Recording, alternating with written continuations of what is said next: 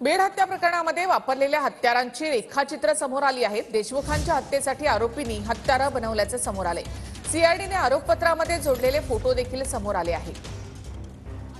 अधिक माहिती आपण घेऊयात आमचे प्रतिनिधी कृष्णा सोनारवाडकर यांच्याकडून। कृष्णा, काय माहिती या संदर्भात?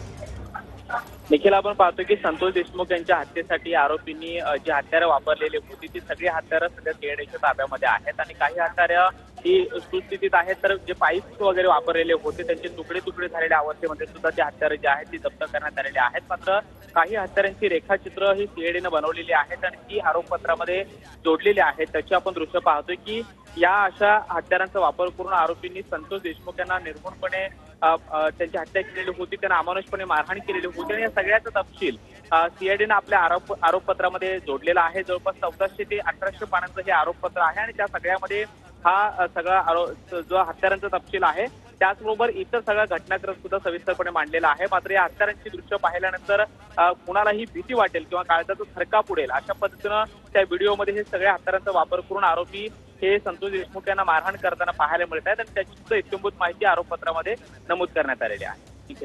धन्यवाद कृष्णा एकूणच माहितीबद्दल। तर बीड हत्या प्रकरणामध्ये वापरलेल्या हत्यारांची रेखाचित्र आता समोर आली आहेत। सीआयडीनं आरोपपत्रामध्ये हे फोटो दिलेले आहेत।